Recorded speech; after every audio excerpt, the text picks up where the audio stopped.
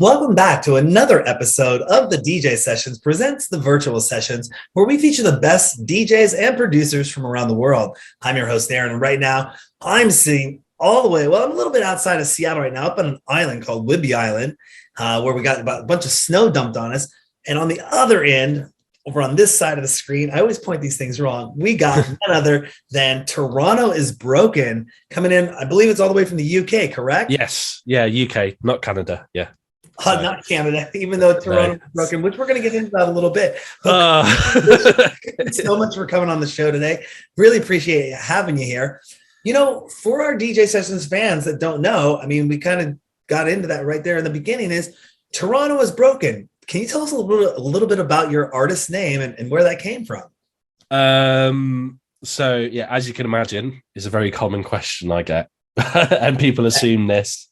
And like when people have contacted me about bookings and then they realize I'm not in North America, suddenly that booking becomes a lot more complicated and doesn't happen. So, or vice versa, people didn't realize I'm in the UK, so they didn't think they would book me for Europe or something. But then obviously, as soon as I open my mouth, you can tell that I'm not North American at all. But no, the name purely it doesn't mean anything. It's like no political statement, nothing like that. It's essentially, I couldn't think of a name when I was like 16, like 15, 16, I'm 28 now. So about 12, 13 years. And my mate suggested to me, why don't you just get a random place and a word, plonk them together. First thing that came into my head was Toronto is Broken. It's kind of stuck and it's too late. I've gone with it for too long now. I'm going to keep going. Maybe one day everyone will know. So, well, you know, it doesn't mean anything. It's just purely random. Yeah, so no, I mean, people speculating. It was interesting. I was wondering that, I didn't know if that had maybe went with Broken Grooves or something of that nature that you did a lot of work there, but I heard Toronto is actually a really happening city. I mean, I've heard so. Yeah, I've heard so. Yeah. I've never been, so I've never been, but yeah. I've got no attachment to the city whatsoever. Like the name, obviously, Toronto is Broken has a literal meaning, but to me and probably people that have listened to it doesn't actually mean anything. It's just the name. It's just Toronto is Broken. It's like your own name. Like my name's Christian, and that obviously has a meaning behind it, but it's just my name. That's all it is. So makes sense. But I'm not trying to offend anyone or whatever. But what has worked out really well is it's really easy to find on Google. And I've had people like messaging me saying, "Oh, I was searching Toronto on Google, and in the autofill came Toronto is Broken." And I was like, "What's that?" So they clicked on it, discovered me, listened to it, and they're like, "Oh, now we're a fan." And like, there's it's also like there's a news blog as well called Toronto is Awesome. It's like a community blog or something, and Toronto is Broken comes up above that. That's a way to work the SEM there. Get your up. That's a perfect way to do that. Well, that's amazing. You said that you started around the age of 12 or 13 years old. Who's been one of your biggest influences when it's come to your career, and why?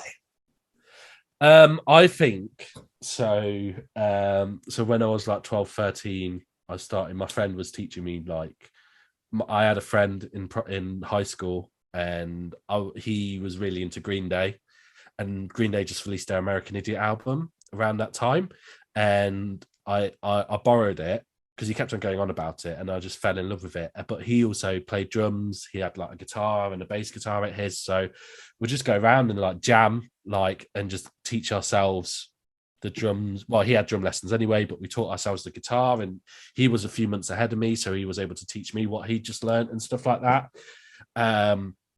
And yeah, from that, he kind of spiraled into like just wanting to be in a band. But the kind of music I was listening to, so like the heavier rock and stuff, and like the emo and the metalcore kind of stuff from those times, that's what I wanted to play, but nobody was really into it.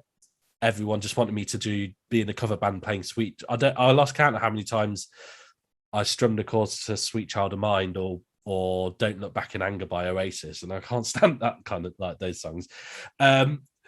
So yeah, and then I discovered a band called Enter Shikari, which still to this day are my all-time favorite band.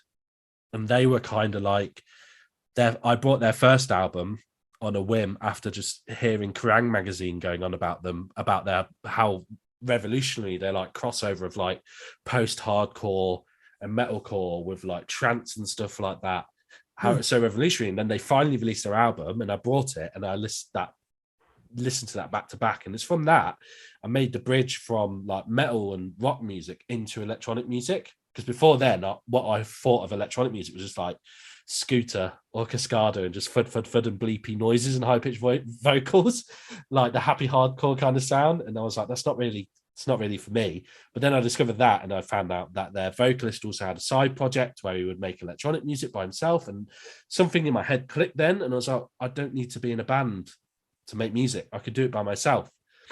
And then I went into that rabbit hole of kind of like just music production to where I am today. But like some people say, like their big introduction to like electronic music are bands like The Prodigy or like the Chemical Brothers or Daft Punk or Justice.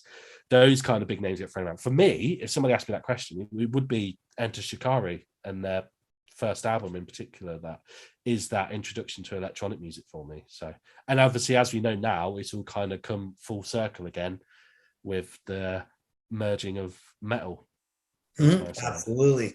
And when you look at over the course of the years, you started out playing in bands, as a musician, but what do you consider the best business decision has been in favor of your artist career?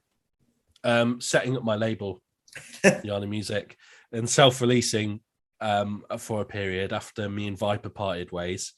Because by that point I've been working with labels for years, so I knew what the process was, like the distributing and the publishing and everything, and the promos and stuff like that.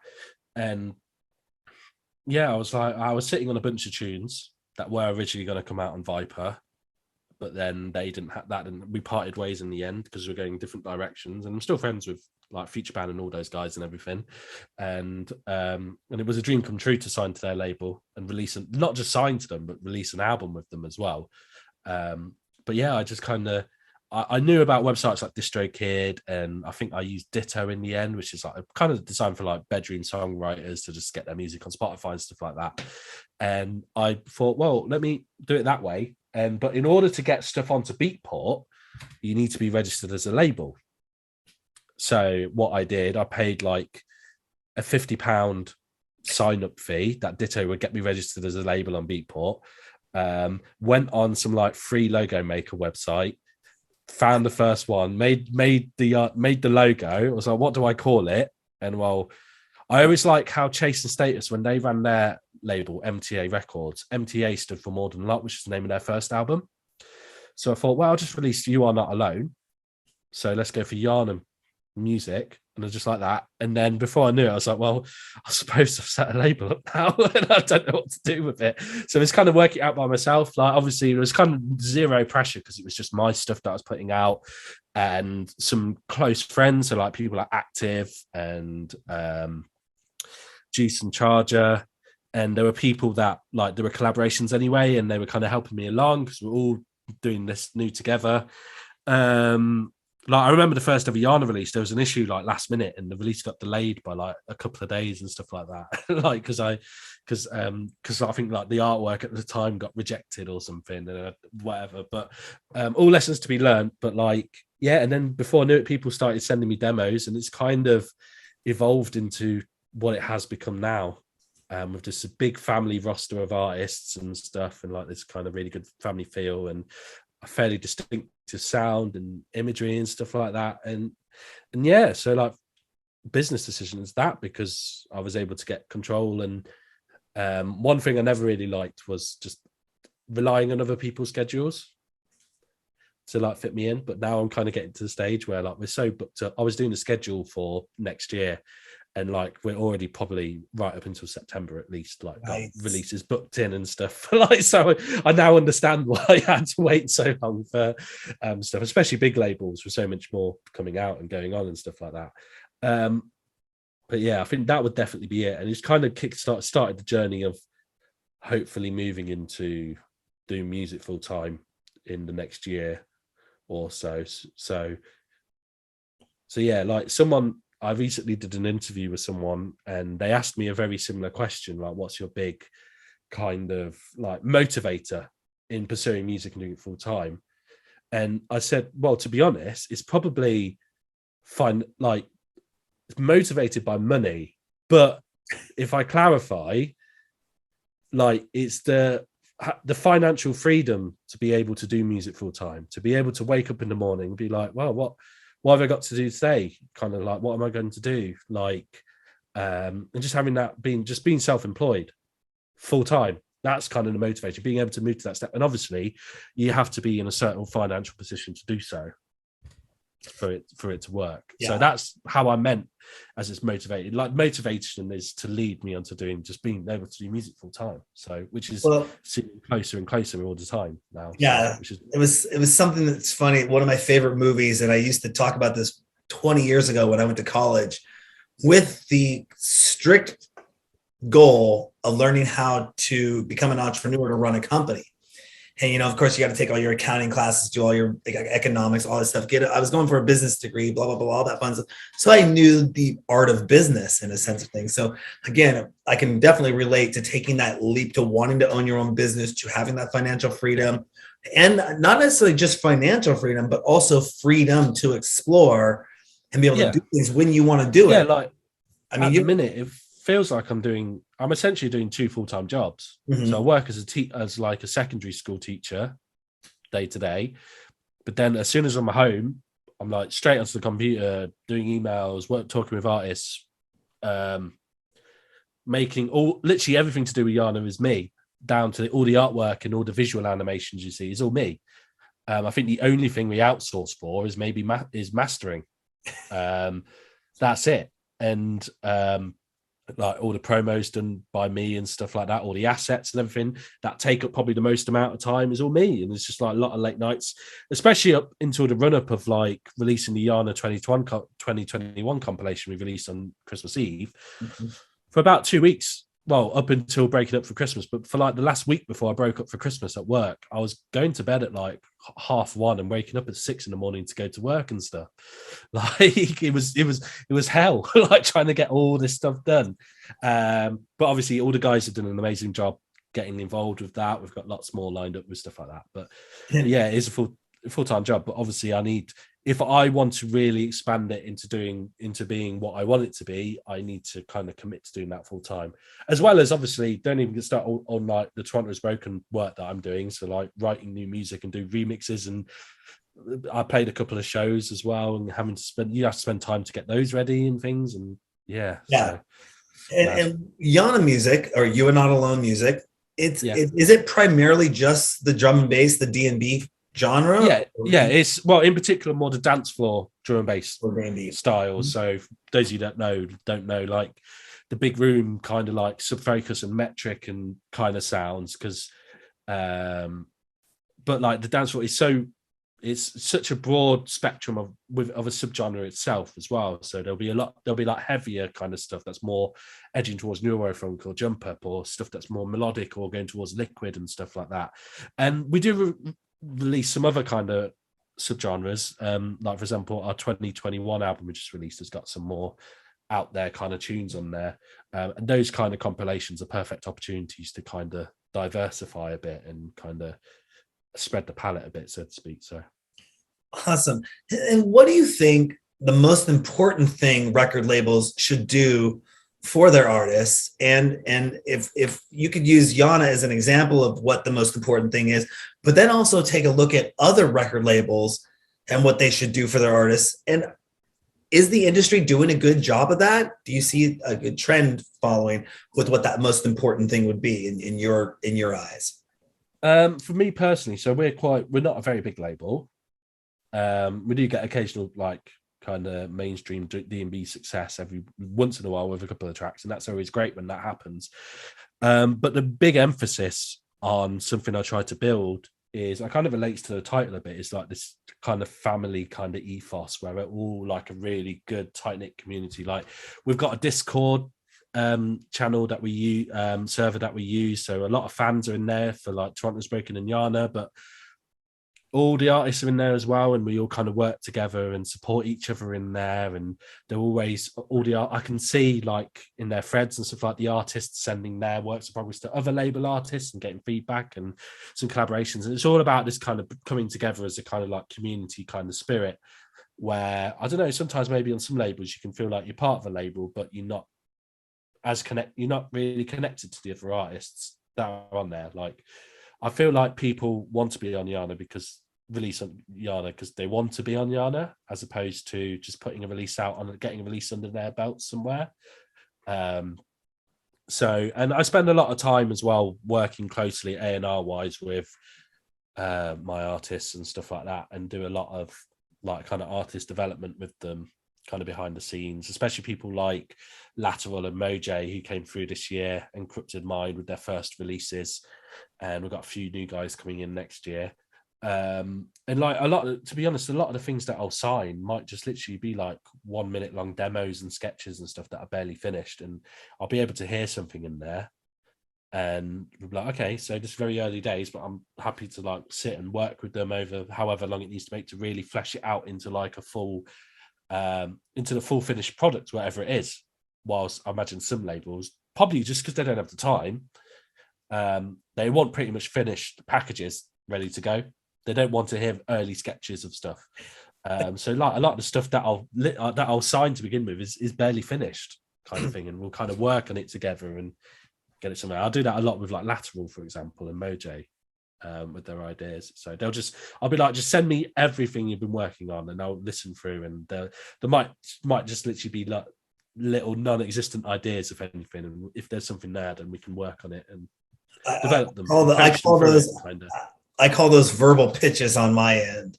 And this big process that I have. If somebody wants to send me an idea or send me something, I say, hey, can you do me a favor? Make two to three sentence paragraphs. Put your idea down on paper. I'll give you the time to develop this project with you.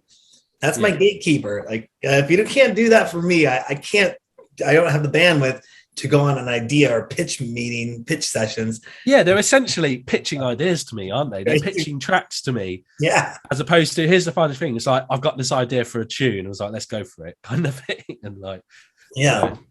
And you mentioned that you help with the back end A&R.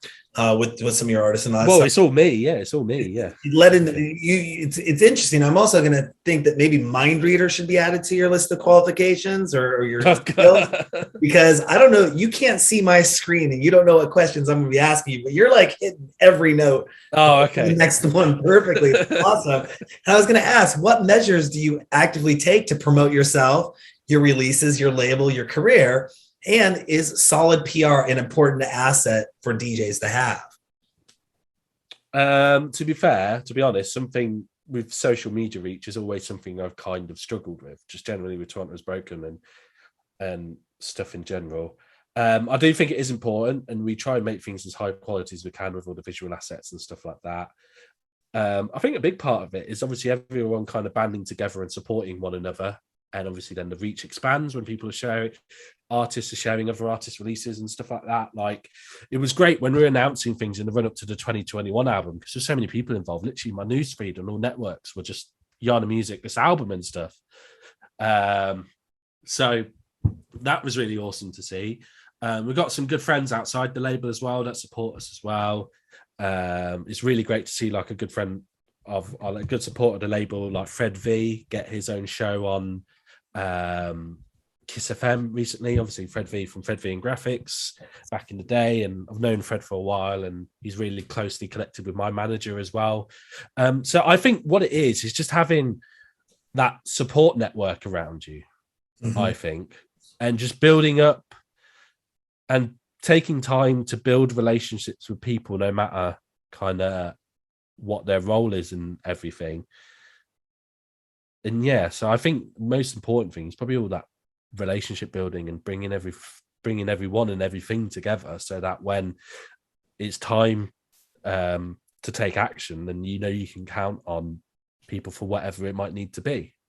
So to help out, like I think lots of little things just kind of coming together and stuff like that, as opposed to one just relying on just if you're holding out for like a Spotify playlisting, and if that's all you're holding out for, well, chances are it's probably not going to happen unless you've got really good relationships, for example, with Spotify, and you can count on stuff like that. Yeah. So. And are you a person that tours the bigger music conventions like ADE or come over to the States? No, I've not really had any opportunity to go over to. I've not been to the States since I was about 5 years old, I think, and that was for a Christmas when I was 5. I went to New Jersey because my granddad's over there. But no, I'm not really. To be fair, I'm not really one for going out much, and like just generally not. Like, to be fair, if I am to go out to like an event, it's normally because I'm playing myself. However, recently I've been seeing a few bands, and especially now I'm getting back into like rediscovering metal and stuff. So went to see Enter Shikari a few weeks ago. Nice. Went to see Bermuda Horizon. That was awesome. So yeah, just kind of getting out. That's something I really want to get out more of and see, and just more live music and stuff as a general kind of punter, as opposed to like a club night, if that makes, because it's very different kind of atmosphere, and like structure to it. But obviously with like this new version of COVID rearing its head, is kind of like might be a while again until I get to fulfill that. So yeah. And you recently just made a remix, put a drum and bass kind of spin on the remix of Human from Thornhill. What was that? Did you kind of Thornhill? Yeah. Did you hear the song from them and then say, I want to remix that? Yes. So or what? How did that? Yeah. So that was such an awesome opportunity, because Thornhill are one of my favorite metal bands right now, and that album that Human was released on, called The Dark Pool, was also a big influence on my last album as well, in terms of like the metal side of things. And like, I had a friend that had a link with their manager, and we were just cheeky, and my manager just emailed them saying, hey, we've got Toronto's Broken, like he's like a metal kind of drum and bass crossover kind of producer, and would you be up for him having a go remixing one of your tracks? And so I picked like one of the tracks I think would kind of translate the best to like a drum and bass tempo. Because one thing I find so refreshing about metal, because it's mainly what I listen to these days, it's just a variety of tempos and grooves and stuff like that, and song structures.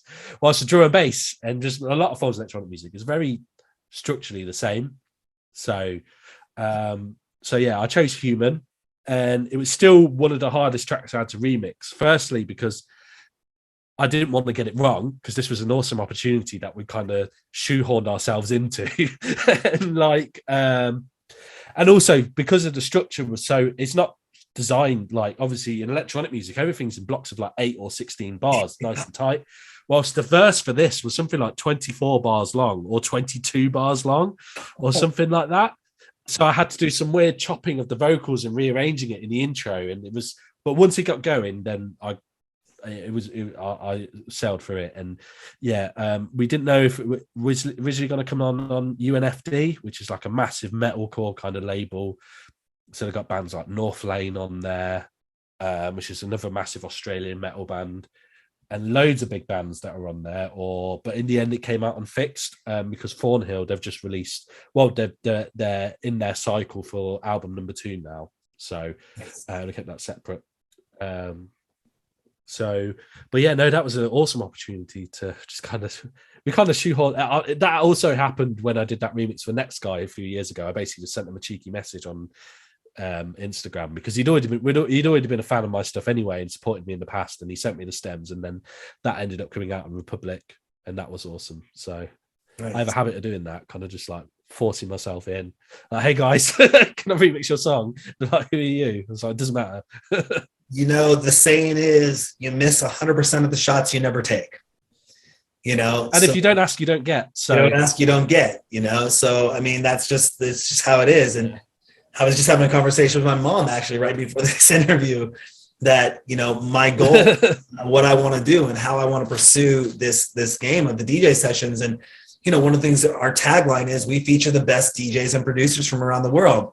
Well, there's tens of thousands, if not hundreds of thousands of people that are in the electronic music industry. And I take kind of like a Pokemon approach. I want to get them all. I want to get them all, got to get them all, get them all, because everyone has a story. Everyone's working on something. Yeah. Something is always changing and evolving. It's not just the static fixed industry. And so it becomes kind of a numbers game. Everyone's, and everyone's taken a different path to get to, like, two people might be doing the exact same thing, but they've both taken wildly different paths to get there, which I suppose is a bit different to working in some kind of industry where, like, you had to get this degree and then you got this postgrad job and then you just kind of muscled your way through and stuck through it. Whilst everyone's had to. One thing I like about music is, like, you need to have, which is also what makes it more difficult, but you need to have your revenue stream, like, your income won't just come from one place. It'll come from lots of little. So obviously I've got, like, my Toronto's Broken stuff. I've got my Yana music stuff. I've got, like, my publishing. I've got I've always done, like, private tuition and doing remixes. And what else is there? There's, like, doing production work for other people and ghost producing as well, which I've done a little bit of and stuff like that, or just general engineering for people. And it's all kind of like lots of different plates you're kind of spinning at once, which that's what I like about it. It's all these different things coming through, and then obviously live. But, like, if I just solely relied on the money I make from royalties as Toronto is Broken and occasionally playing live, then it's not gonna work. It's not gonna be so easy, is it? So that is, that the multiple revenue streams is something I quite frequently hear, especially with a lot of producers, whether even up and coming, or that some people that think the producers that I speak to are very successful. They're like, no, I still have multiple revenue. I still have multiple things that are going on at all times, but it rounds out on the front career. On the front of shop, they might be, like, what people will see is Toronto is Broken, but then they also don't see maybe the work that I do. Like, I'm starting to work with producing for some bands as well. So obviously that won't be so-and-so band and Toronto is Broken or whatever. It's just me just doing a straight engineering production job for them.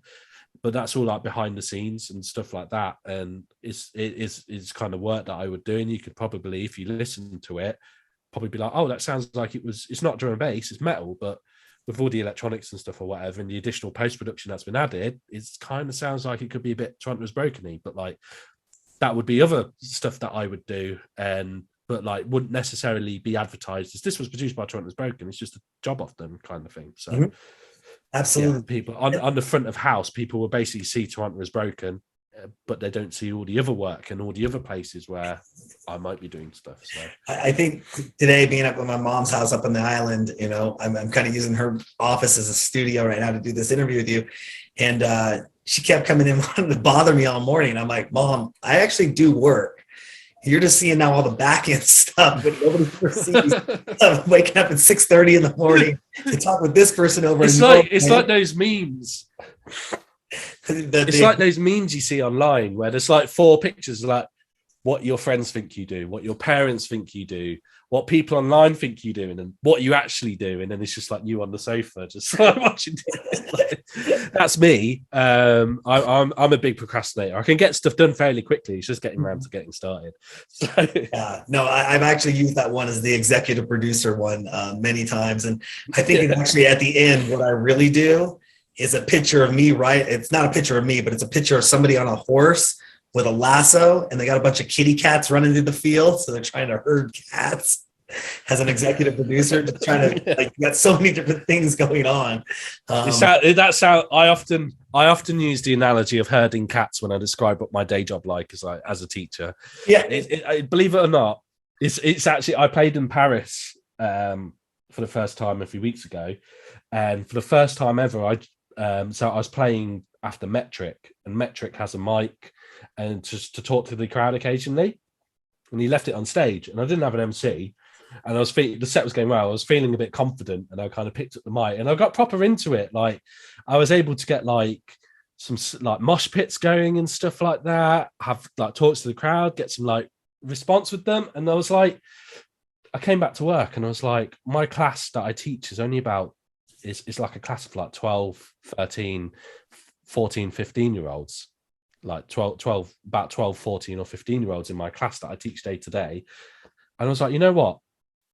It's easier to manage a room full of 700 drunk French people than it is to manage a classroom of 12 teenagers.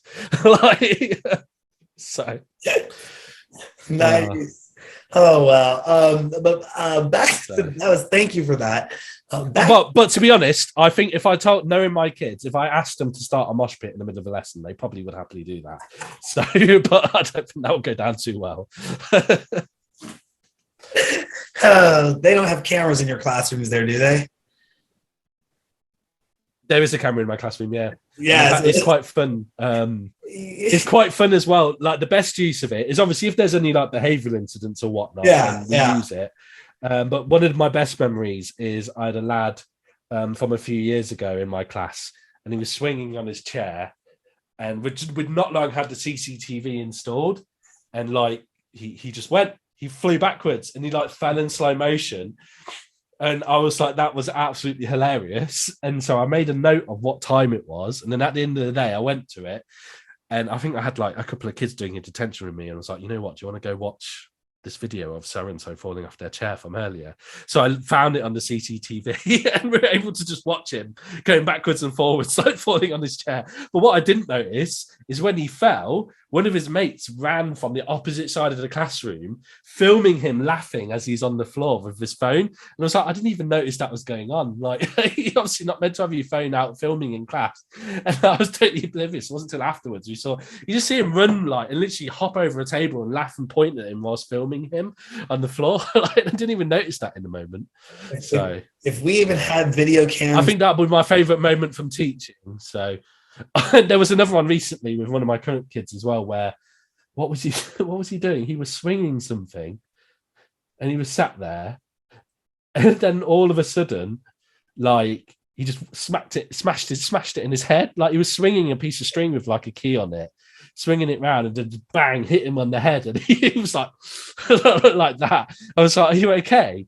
And then I made a note of it, and like, and he was fine, but he was just watching it back in slow motion because you can see it hit his head and then his face go like like that. Put a face when it hit it. So that was that was so yeah. So yeah, having CCTV in my classroom has been a bit of a godsend. So they can be. It sounds like that could be its own show in itself. But back to music production, how many tracks do you produce in a month, and how many actually end up getting released on average?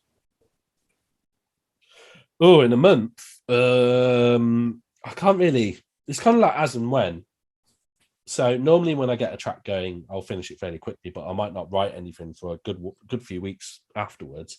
Obviously, depends on. I'm always doing something musical. In particular, like mainly running the label, which is probably the biggest chunk of my time. Like remixes I can get done fairly quickly, like in a weekend or a few days and stuff like that. To be honest, most of the ideas that I start, if it gets past like the 8-bar loop stage, then it's probably going to be finished and released. So for example, when I was working on my last album, Claire, like that was the easiest album to come together. Like I wrote it during lockdown and it came together so quickly. And I think maybe there was like literally like 2 or 3 unfinished ideas that didn't make it onto the album because I just scrapped them. Well, maybe more like 5 or 6 unfinished ideas, but they never really got past like a sketch stage, if anything. They never got fleshed out. So it's once I get into that fleshed out stage and then when it starts to structure into a track, then that's when it gets finished. Especially considering how obviously the merging metal and stuff like that is awesome and it's like super inspiring all the time. But obviously the downside of that is because writing takes a lot longer now to get done, especially seeing as all the guitars that I use on it are recorded. So it's me playing the guitar. And one of the biggest things I had to learn was actually if I wrote something on the guitar for a track, I actually had to practice it for a while first before I could actually record it. As opposed to if you're just using MIDI and programming stuff in, you could just program in some ideas on the keyboard or whatever, and and that's it. And then you can move on to the next thing. Whilst this, if I wrote an idea, I actually need to practice it to a standard where I can play it. And it's good enough to be recorded. So that kind of takes a lot longer. And obviously the music's a lot more complex now, structurally and production wise. And there's just a lot more involved with it. So that's the biggest thing I learned, merging the sound. It's just how being able to actually play what I've written, because I could write anything on the guitar and it sound awesome, but I need to be able to play it. So it's because I need to record it.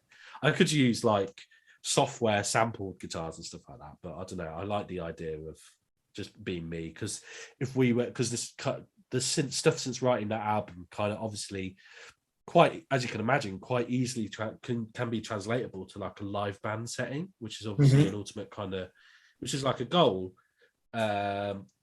that would want to do something around that. And we've already kind of taken little steps towards that with some recent shows. But obviously I need to be able to play it on the guitar if I'm to play it live. So. And is that something when you're doing that guitar, it's right? Is that your home studio that you're in right there? Or do you actually have another studio that you go to? Yeah, it's just my bedroom. It's just my bedroom. Yeah. I'm still a bedroom producer after all these years. Yeah. So.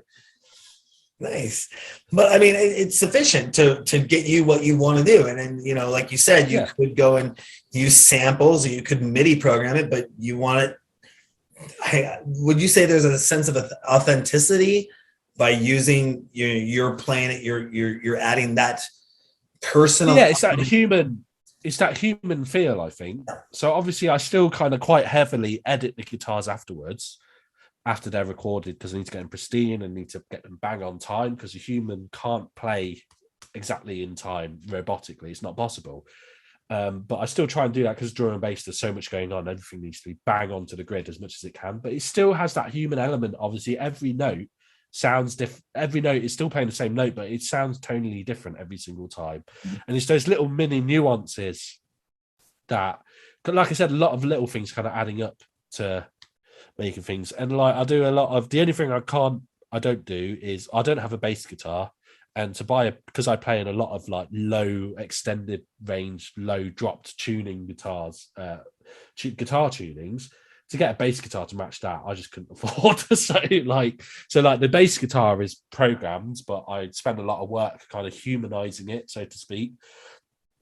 The acoustic drums, obviously the D&B drums are very synthetic, and that's how because they're meant to be.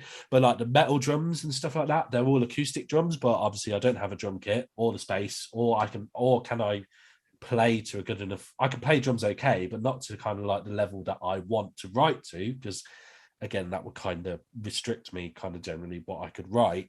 But I spend a lot of time again humanizing those, and also I don't just drop a snare sample in. It triggers a snare sample, but I also mix it down in the way that a traditional live acoustic drum kit would be mixed, with all the different mics and the overheads and like the room microphone. So all the mics are routed out. So an acoustic drum mix will just have tons of channels, and I try to mix it like I'm mixing a live drum kit, with all the kind of different microphones that are out and stuff like that, and all kind of adds to that kind of authentic kind of feel, so to speak. Still very early days with this, how I feel, but I feel like it's really nice that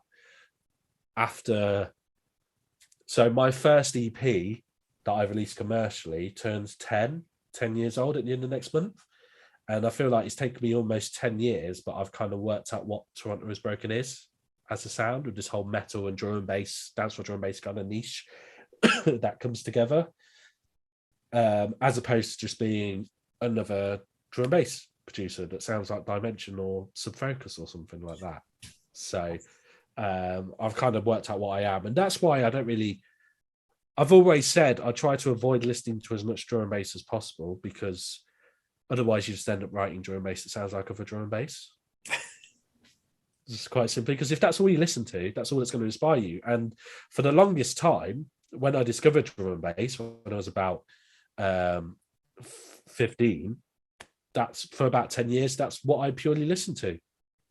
And it wasn't until probably about 5 years ago or so where I kind of rediscovered metal and fell in love with like the new modern kind of metalcore kind of sound, that it just became so refreshing just to hear, like I said, different tempos, different grooves, and different rhythms and stuff like that. Because I do describe metal and drum and bass is very similar, where they're both more based on, obviously there's really melodic and really technical stuff, but at its core, it's all about rhythm and energy and movement. That's basically what both styles are like. They're about getting a groove, and they're kind of like, and also this big kind of wall of sound kind of concept as well. That just kind of, you feel it as opposed to hear it. It just slaps you in the face when it hits. And like you have like drum and bass drops, and then you have like metal breakdowns as well that kind of serve like a similar purpose when people go crazy and stuff like that. And so that's why I think the two work together. There was a lot of challenges putting them together, which I'm still working on. But I think the idea going forward, because I've been for the past couple of months, I've been in the very early stages of working on my next album, which will be coming out unfixed in a few years' time. And the idea is to kind of see how far I can really kind of push that. But also, I've been writing a lot of stuff that's like outside of like drum and bass tempo as well. So like I'm a big like fan of like new metal. So like early Linkin Park and like Deftones and like classic Limp Bizkit and stuff, and they're all kind of at that hip hop kind of tempo and stuff like that. So I think about doing some like, we're working on some like new metal mid tempo stuff and works like that. And obviously dubstep is a big one as well, because a lot of metal is written at roughly around the same speed that dubstep is as well. So yeah, so it's not just branching out, because again, I think it's starting to get restricting, just working at 174 beats per minute for everything. So Yeah. and there's so much more out there. Yeah, you've talked definitely about mixing or working with different types of music and bringing them into each other. Have you ever experimented with mixing audio and video at the same time? And would that be something you'd like to also try out, or have you ever looked into doing something like that? Like an AV show. Yeah, or something. So I know some people have done like DJ in the sense of things, where you have a coordinated, or the ability to control graphics or video. Yeah. So like with your, I know a few people that have done it. So like Metric did one recently, and he's got another one coming up. And when I was in France, we were talking a lot about it, and a lot of that stuff is obviously, because of the video, is kind of very pre-planned and pre-rehearsed, because you need to hit the video cues and stuff like that. There is a little bit of flexibility here and there, but generally it is a pre-prepared and pre-practice set, and all the cue, he knows where his cue points are and everything. You can't just kind of read the crowd in those situations, because there's just so much relying. And it's the same with bands, like seeing Shikari and seeing Bring Me the Horizon this year, so inspiring with live, because the whole visual element of it as well is amazing, especially Bring Me the Horizon filling up like in the O2 Arena in London. Like I think it's like, God knows how many thousands of people it can fit, but like the whole, just the production behind the shows, and like Ed Shikari to do stuff themselves, and it was a smaller venue, but that was still amazing as well. And obviously they kind of heavily rely on the electronic side of things with their music, so it's very kind of like euphoric and kind of how it looks, and it's all part of one. It all comes together in the show. Obviously, when you're listening to the music, it's just the music, but then when you see it live, it's the whole experience of how the visuals work with the audio, and it becomes part and parcel of it. One way that's really inspired me is me and Sabotage, who's one of my MCs.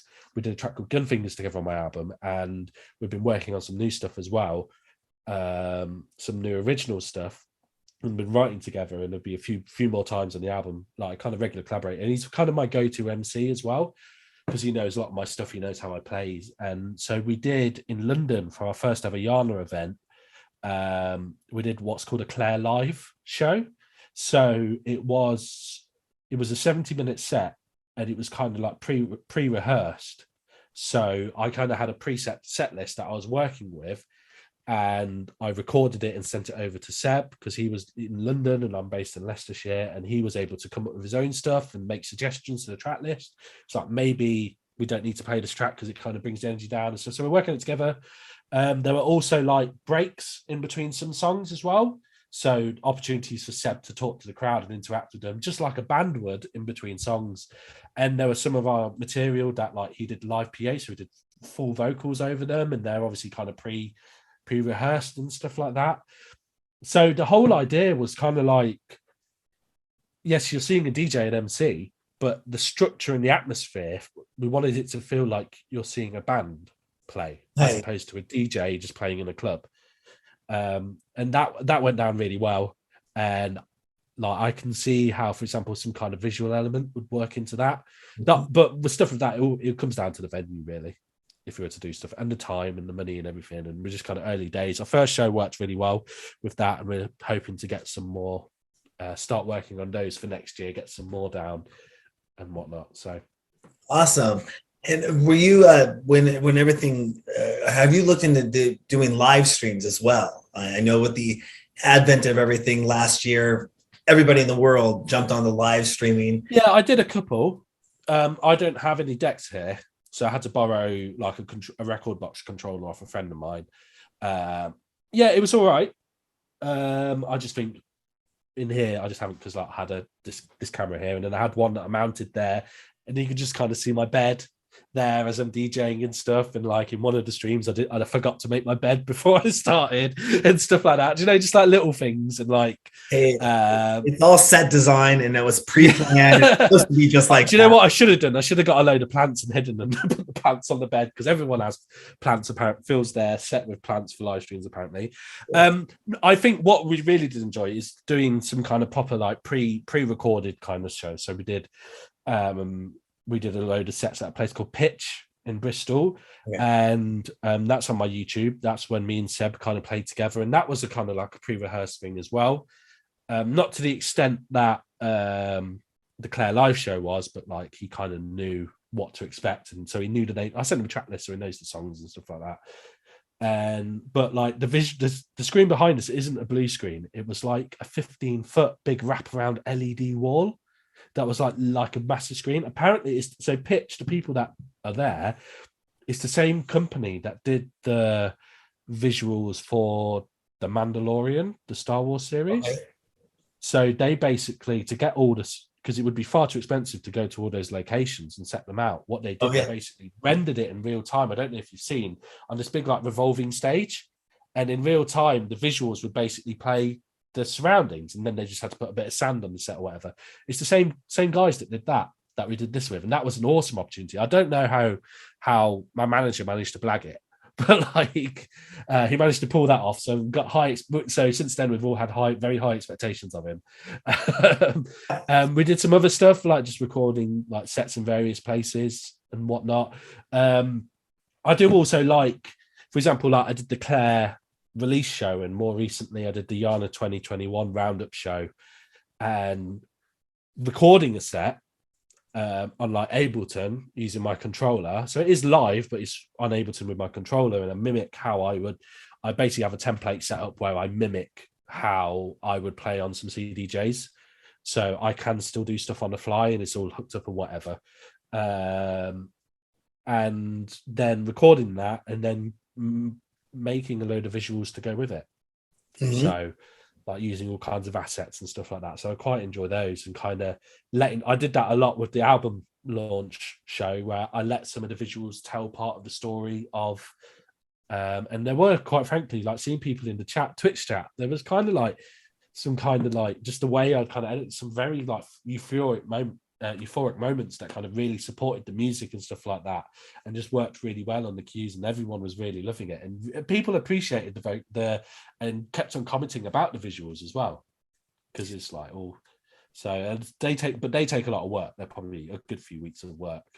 And the next step in the evolution of people watching content like this online with the visuals is obviously the advent of VR and AR coming out. Yes. Have you looked into doing anything in I believe reality experience? So a friend of mine, Muzz, he does a lot of stuff in VR, if you've heard of him.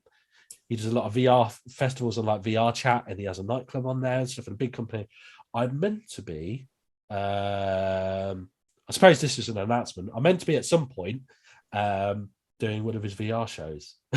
So that should be awesome whenever that happens. And I've been to some of his shows. There's in VR. I haven't got a headset, but you can still do it without. But I have been to a couple of the shows, and it's really cool. So, yeah, I'm sure we'll sort some. It's due to happen at some point. We just haven't organized one yet. So that I got an Oculus back in April. I was talking with people about virtual reality and what it was going to be happening in that realm in early 2020. And now Coven during lockdown, they did like album launch shows on Sansar. Yeah. And I went to some of those. I know some people, I don't know. Well, it can just count as VR because you can play it in VR, but like Minecraft festivals people have been doing and stuff like, I think the Disciple guys with their dubstep festivals were doing like Disciple Minecraft festivals, but like nobody thought of it at the time, and because they were kind of the first to jump onto it, but like they were really cool. So we're in the process of we have our VR nightclub built.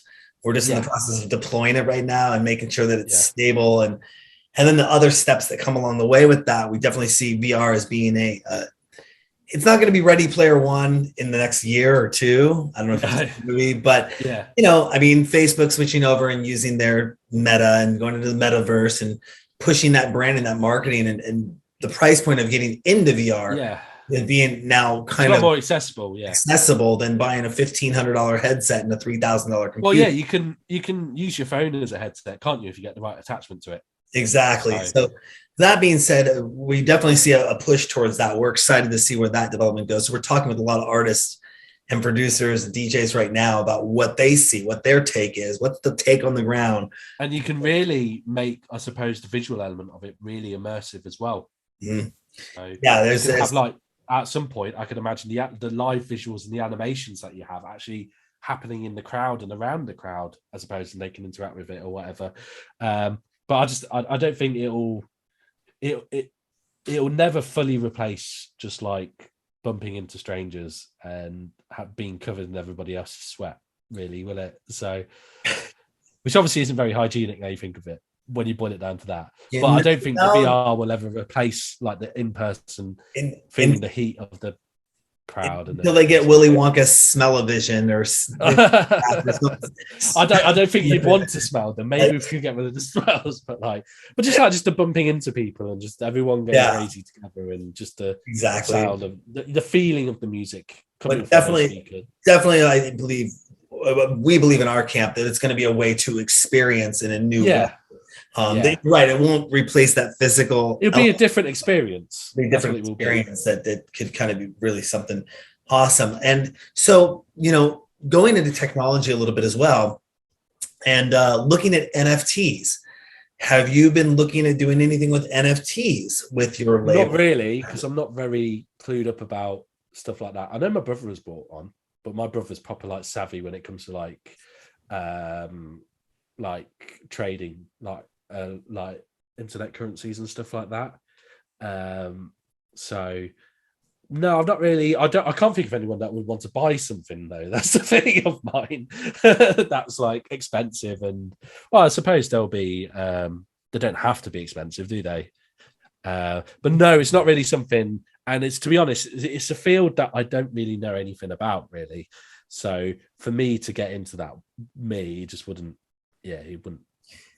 How you were mentioning that you do all the graphic design, all the logos and all that. You could simply it's pretty easy to get in, from what I understand, to make these things. You could get into it and just start making all your logos and graphics like NFT, like the single NFT. Yeah. Well, what I use for my graphics mainly, I would start off with, because there's tons of free royalty free image sites and stuff like that people contribute to, and and it's free to get a license. So I'll often get some of that, and then I'll then manipulate it further and stuff like that. But obviously, at its core, it is a stock image that I've worked with, and I don't think just taking a stock image and then reselling it as an NFT would really work, essentially, because that's what it is at its core. But yeah, so. But yeah. I don't know. There could be. I don't know. Can you get NFT audio files? I don't know. Maybe. I'm actually looking at taking our entire catalog of all the DJ Sessions episodes and making an NFT of each one and then saying, okay, we can put that up, and somebody could kind of, if they're a fan of the show, say, I own the NFT of that episode. I don't know where that's going to go, but that's kind of, because that's the only kind of real assets that we generate at the DJ sessions is our interviews, our video interviews, the sets, what our DJs perform. Yeah. And so, you know, I mean, I could start coming out with a line of DJ sessions graphics, you know, and stickers. One of the things we're looking at in our VR nightclub is the artwork that'll go up. To think of the nightclub is not only just a nightclub, but it's also a gallery, like an art gallery. And then you could sell those as NFTs as well. Yes, what you see displayed, and I could have different artists curating for the month, saying display your artwork, and then you have the thousands of people coming through, and they go, "Wow, I'd like to buy that painting," and I know that that's going to be an NFT that I'm getting of that painting. You know, from that, the only thing I can think of when it comes to NFTs is there's a meme of like a Wikipedia entry of NFT, and it's that, is it Bored Monkey or something, or Bored Chimp, which is that famous one? Yes, it's like a smoky monkey or something like that. Yeah. And like an NFT is like an image that you can own and nobody else can have it, just like the one we copy and pasted right here. Like that's I don't know if you've seen that one. No, I was talking with oh gosh, I can't remember who I was talking with a couple of weeks ago, and their sentiment was basically the same thing. Why can't I just screenshot it and own it? And you're like, oh, you're right. But when you look at the future forward technology of this, that's something like Facebook or you know, let's just say it's Facebook. I'm not trying to put words in Facebook's mouth, but let's say you want to upload a meme to Facebook, and Facebook says you need to own it. You have to own it before you can put it up there. And if you don't own the rights to do that, you can't put it up. Same with NFT would basically give you the license. Would give you the license to post that photo. And somebody could say, I license 10,000 of these meme photos to be used on the internet at a penny a piece. So you're now buying those from me. And those are the only ones that can go online. So you'll have people, instead of downloading, you know, they could go to a site and have 20,000 memes that they pay $50 for, but they have the NFT right to put those ones out there. And that's where it can really become secure. And the value appreciates and depreciates over time as well, doesn't it? So exactly, financial investment potentially. So well, to be honest, it could be. I'm not really thought about it because I didn't think how it could, but it could, like, definitely maybe having exclusive releases that are only NFTs.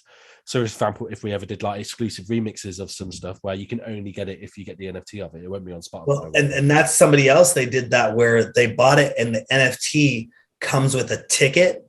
So if you own the NFT version, you get a ticket to their show. I think they throw a show like once a year or some big show. So you can use that NFT as a ticket purchase to get like a guest list. It's like when bands used to, if you joined their like fan club or street team, and you would get extra bonuses. I suppose people are doing that these days with stuff like Patreons and things like that, aren't they?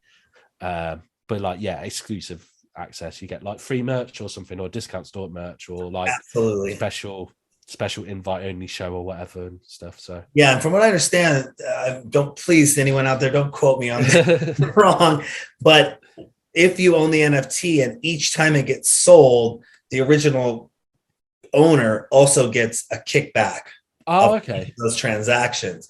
That's how my buddy explained it to me, but I'm not sure. So you know, if I sold something for $1 and then somebody sold it for $10, if I made it, I sold it for $1 NFT, somebody sells it for $10, I think I might get a kickback off of it. There's a way you can, there's different levels of these NFTs. I'm completely new to this stuff. So I'm not an expert in any way, shape, or form, but definitely seeing the future of it coming through, of having that blockchain technology that says this is the original version. Now, where you might have a physical artist too, you know, and this might help if you were to say press an album, you could go, hey, I got the album and the NFT artwork that goes along with that album, or an artist. Oh, so it's like a redeemable code or something. Like you got a painting. You also got the NFT, the single NFT, and you can use that saying, this is the real painting because I own the painting in my house. So artists can kind of take control back of what they own, in a sense. It's going to be some interesting stuff. But other than that, is there anything else you want to let our DJ Sessions fans know about before we let you get going? I think the main thing is we've just release came out on Christmas Eve, our Yana 2021 compilation album. So that was a lot of work in the making. So our end of year roundup compilation album that we put out last year, and another one this year. So it is basically 12 brand new tracks on there from artists old and new to the label, and then 12 say highlights from the year of like some of our favorite tracks from the discography from this year all together in one place. So I always say that's the perfect place to, if you're just getting into us and kind of want to know what we're about, check out that album, because it will have loads of new stuff on there, but also like our kind of top picks from this year about what the label's about and stuff like that. So make sure you go check that out. In terms of Toronto is Broken, I have a remix coming out on the 6th of January, which hasn't been announced yet. I don't know if I'm allowed to announce it, but it's for a big one. It's for somebody that's really big on Fixed, kind of that big he maybe owns Fixed as well. So that should be a really good one to come out. His name begins with a C. And so you can probably work out who, if you know what the Fixed label is like. And then I also have a very special kind of release at the end of January to commemorate 10 years or something, which if you were listening early on and paying attention, you might have an idea as to what that's about, and that's coming out in Yano, and that's really cool. So they're kind of the main things at the moment that is going on. But like next year, lots of remixes, lots of new material, like first kind of original brand new singles since the album as well, that I'm really excited to put out over the next year and stuff like that, and show Toronto is Broken. Now I've kind of worked out this metal drum bass sound. Now where am I pushing it further and kind of following up to? And I'm not really normally be kind of nervous about something like that, but I'm quite excited actually to show people like, yeah, I've kind of worked out how to do it now. Now I'm really pushing it, and I've kind of gotten it in my belts to show the new original material. So because I feel like expectations are quite high when it comes to original stuff post album. So. And where can people find out more information about you and follow you to know where all this? The best place, honestly, to connect is I'm on all social networks, even TikTok. I don't really do anything there, but the best place, really, if you want to keep in the loop, is Instagram. So Instagram, Toronto is Broken. There's a Yana Music Instagram as well. There's also, if you click on the link in my bio, the link tree, you can join our Discord server and hang out with me and all of our artists and stuff like that, and that's also a really good place to know as well. So yes, that is another good place too. Awesome. Well, thank you so much, Christian, for coming on the show. We really appreciate you taking the time to do this with us. Lots of stuff going on over in your camp. We'll definitely be talking to you next year, following up with you here of what's going on. Thank you so much for coming on. Cheers. Awesome. And don't forget to go to our website, thedjsessions.com. Find us on Facebook, follow us on Twitter, hashtag us, The DJ Sessions, or TDJS if you're so bold. This is Christian, a.k.a. Toronto is Broken, coming to you on the virtual sessions from the UK. I'm Darren, all the way from Seattle, Washington, for the DJ Sessions. And you know what happens on the DJ Sessions? The music never stops.